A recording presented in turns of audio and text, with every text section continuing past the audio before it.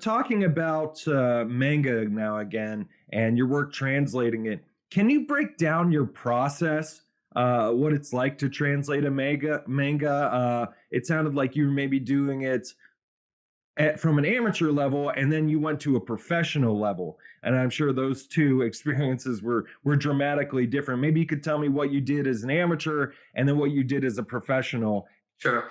I didn't do much as an amateur. I never really did any.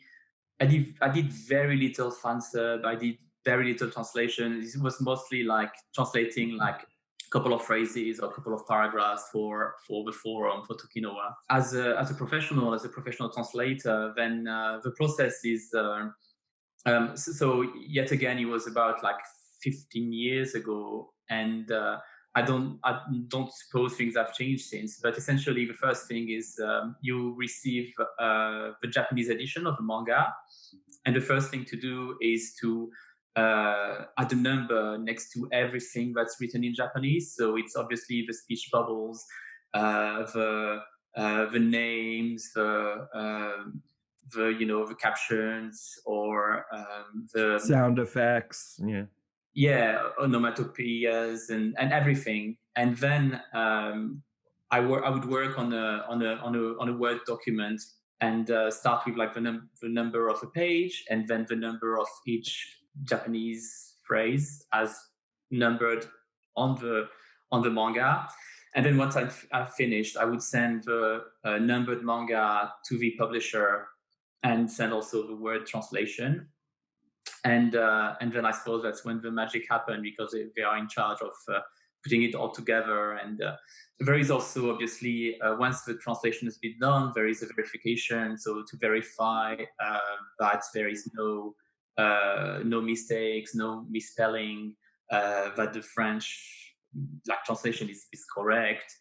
And once that is done, or once the whole process of verification has been done, there is a final pass where I verify the work of the corrector, making sure that I'm happy with all the changes that have been made. Once that is done, then it's the next step, which is, I suppose, putting it all together. That is like taking.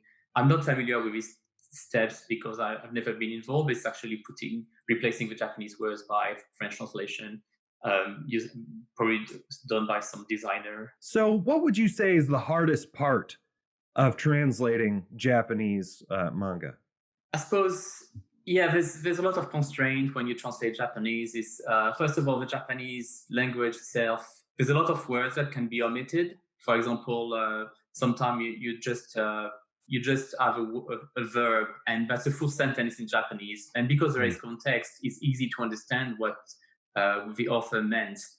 But Can you describe one of those instances? Like, give me, this is the sentence, how it would read if you translated every word, and this is what it actually just means?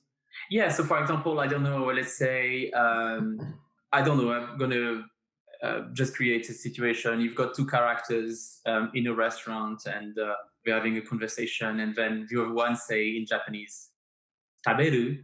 It means like literally to eat.